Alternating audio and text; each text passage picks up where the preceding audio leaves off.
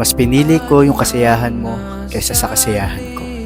Mas pinili kong palayain ka kasi alam kong hindi na ako. Mas pinili kong mapag-isa kasi alam kong hindi ka na sa akin masaya at hindi na ako yung gusto mong makasama.